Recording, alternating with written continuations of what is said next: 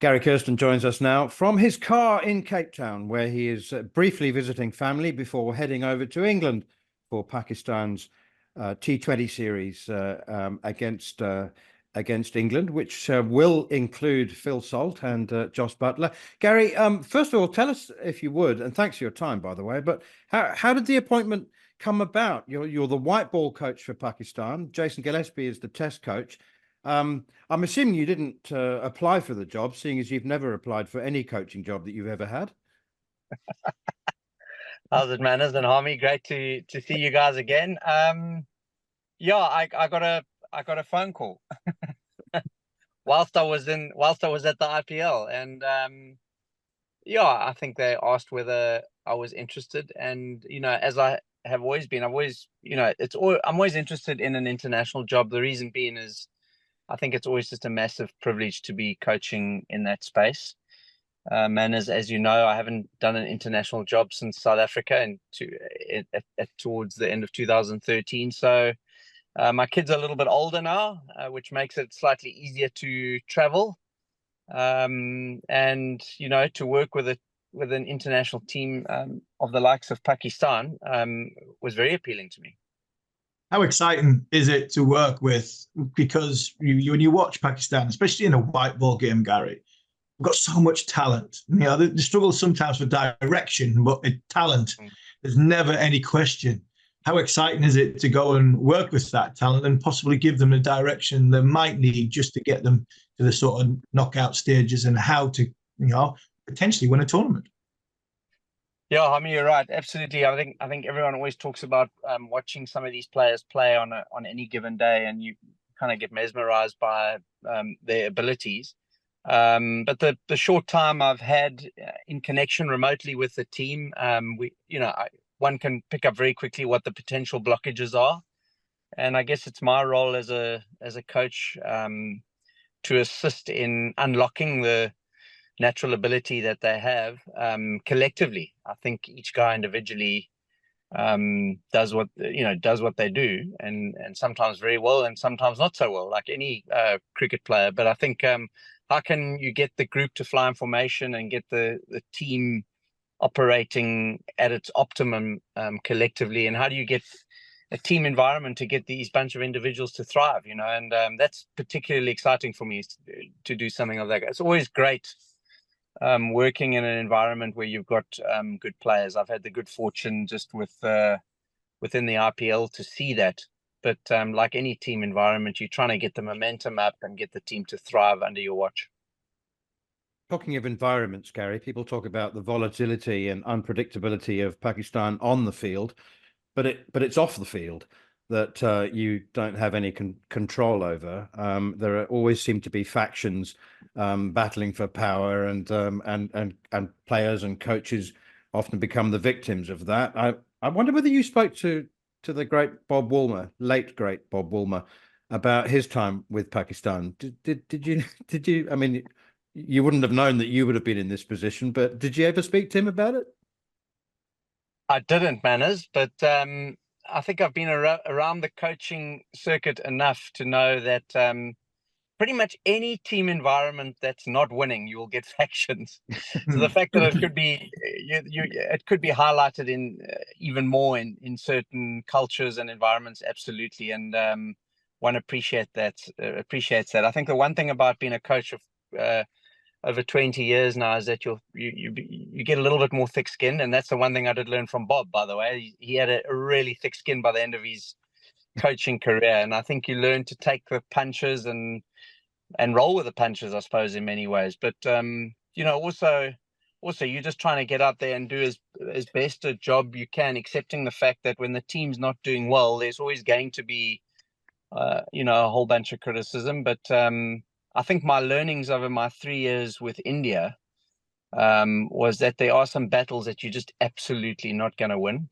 And then you just focus on the ones that you can win, and hopefully that's enough for the team to do really well. And then secondly as well, it's really important that you build relationships upwards, in coaching. It's not only about your peers and the team and the players and your coaches, but that you work well with people that are working within the confines of the board, and hopefully build a decent relationship so that they buy into your thinking as well. Gary, you've done a lot of coaching, whether it's with India, with South Africa, and then the time in between. You've obviously got the foundation.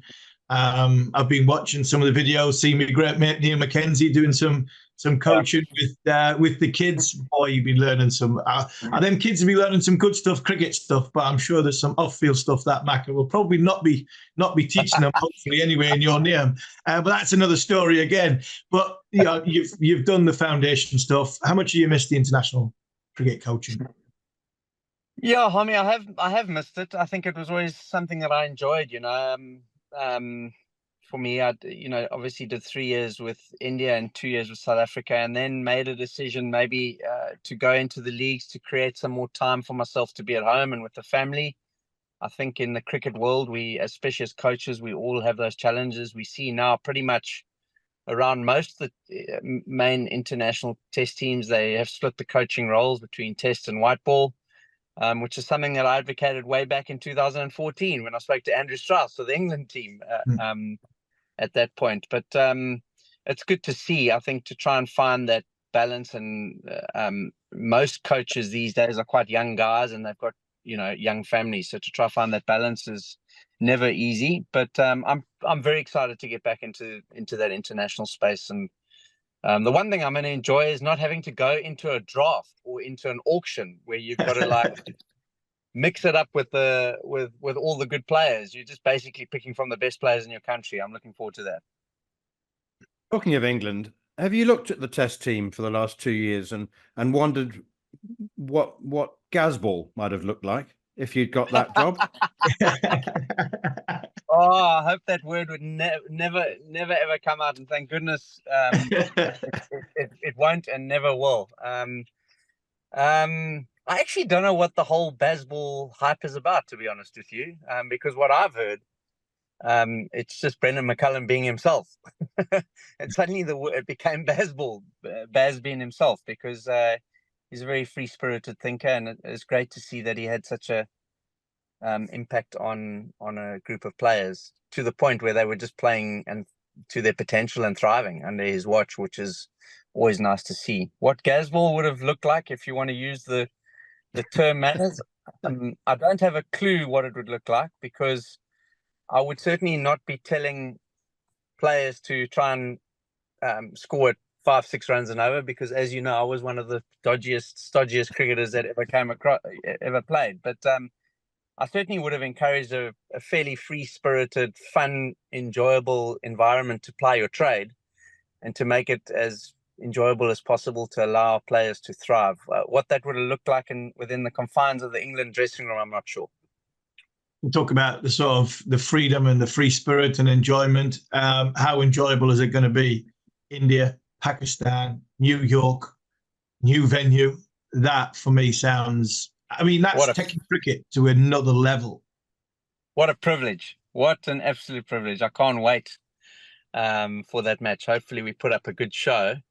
But that is as good as cricket can offer. And also in New York, as you mentioned, there seems to be talk of a massive crowd already, which is going to be great fun. And just to be involved in that, Homie, is going to be a real privilege. I don't know how much interaction you've had with the Pakistan players, but I'm kind of obsessed with the amount of negative criticism that Babar Azam has received over the years. And for a phenomenal cricketer with an extraordinary record, he does seem to attract far more negative criticism from Pakistan supporters than he deserves. Have you had a chat to him? I have, Manners, and just getting to know the players remotely a little bit. Obviously, been more in touch with Azam Mahmood, who's the interim coach at the moment, and Wahab Riaz, who's on the management there and part of the selection. But I've been in touch with Baba. I agree with you. It's he's done remarkably well as a cricketer, and sort of almost carries a lot of the weight of that team on his shoulders. But certainly reading between the lines, what we would try to do as a coaching staff is to lift that a little bit and to realize he's just one of a whole group of players, and that he can just free himself up to play with his natural talent, which we certainly saw in the last game yesterday. I think he played an outstanding innings, and hopefully we see kind of a lot more of that Baba Azam, rather than the one that feels that he has to be contributing all the time to a team. That's not fair on any player. But I think, and I think if we can unlock that and feel like there's a big group of guys that can make match-winning contributions, especially in T20 cricket, that'll take a lot of pressure off him. I think he's happy to be back as captain. So I'm looking forward to working in that relationship with captain and coach. Gary, just finally from me, you come to England. You've just been to the IPL. England have brought all their players back from the IPL. How much is that? I know you've not got a massive amount of time with your team sort of hands on the ground, but as preparation goes to go into a major tournament, a team that you won't play in the major tournament, who's one of the favourites, these 4 games are going to be so valuable playing against England's full strength side. Absolutely. I mean, it's a great marker for us as a team as well. And obviously we had 5 T20s against New Zealand a few weeks back, and now 3 against Ireland, and now another 4 against one of the best teams in the competition. And I think that'll be a great marker for us to understand where we are, what we need to focus on. Our biggest priority at the moment is trying to build structure within the strengths that we have, and just understanding how we actually want to play the game, because every team does play slightly differently, and that's how sport works. So the more we can be consistent with our style and the way we want to play, and how it matches up against the best teams in the world, is really important. So I'm thoroughly looking forward to this series. It's not going to be easy. England are a quality team, but it'll be good to see how we can look at the way we want to play and how it matches up against one of the best teams in the world. And very finally from me, Gary, I'm interested in Gary Kirsten's global view. You've just spent 10 weeks at the IPL. It's a very, very long and taxing tournament. Unfortunately, the Gujarat Titans missed out on the playoffs, and that's given you a little bit of time off. But PSL overlapping with the IPL next year. I don't know whether you'll be able to be back with the Gujarat Titans, but franchise cricket, bilateral cricket, ICC events. Give us Gary Kirsten's global view. The global view. It's the Bright talk, hey Manners? Because you always get asked the question. Well, the one thing I will say, having experienced this chaotic IPL in many ways, I mean, it's just been mind-boggling to see some of the batting records that have been broken. I think we need to be very careful as a cricket people to make sure that we maintain the contest between bat and ball. And that for me has been eroded a little bit in this IPL. I mean, you're playing on absolutely belter wickets on very small fields with massive bats, with an impact player, and the bowlers who are just taking an absolute pounding where, batters are not fearing chasing 15, 16 and over with 10 overs to go. I mean, it's kind of just getting to almost a point where we've got to be very careful. And I'm just a big fan, as you would imagine or understand, Manners and Harmy. Just the cricket purist in me comes out, and I just said we need to make sure that the bowler is firmly in the contest. So what does that mean? Does it mean more sporting wickets, different kinds of wickets? I've always felt have been a lot of fun. We certainly had a team in the IPL where we lost Shami, which was a massive blow to us. So we had to focus a little bit more on our spin options. But then we were playing on absolute belter wickets. So guys were hitting through the line anyway. It wasn't making much of a difference.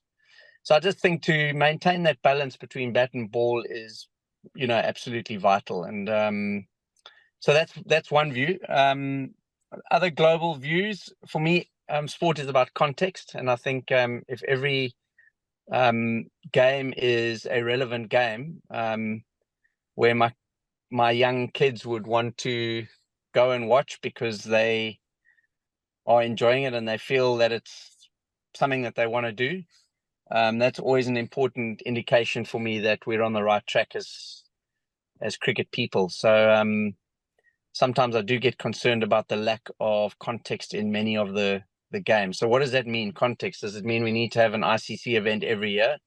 No, I think it could be dangerous to have, a World Cup every year or every other year, because it's always fun waiting for those events to come around. And for me, it's always fun as well, having a lot of associate countries playing in those World Cups to see where they're at and build aspirations within the associate cricket environment as well. But I think if you've got context, it kind of works. And then the last point I wanted to make is we've got to be really, really careful that we don't lose Test cricket. Having Test playing nations playing 4 tests in a year, and we're seeing that with South Africa at the moment. It worries me deeply to think that Test cricket is not that important anymore. How we manage it or how we bankroll the game internationally, I'm not sure. But you can't have a major Test playing nation like South Africa play 4 tests in a year. Gary, thank you so much for your time. It's been it's been fun and informative in equal measure. Enjoy your time in Cape Town, and best of luck. It's going to be a busy time coming up in the next few months for you. Thanks, Manners. Thanks, Harmy. You guys go well. On AM, on DAB, via the TalkSport app and on your smart speaker. TalkSport.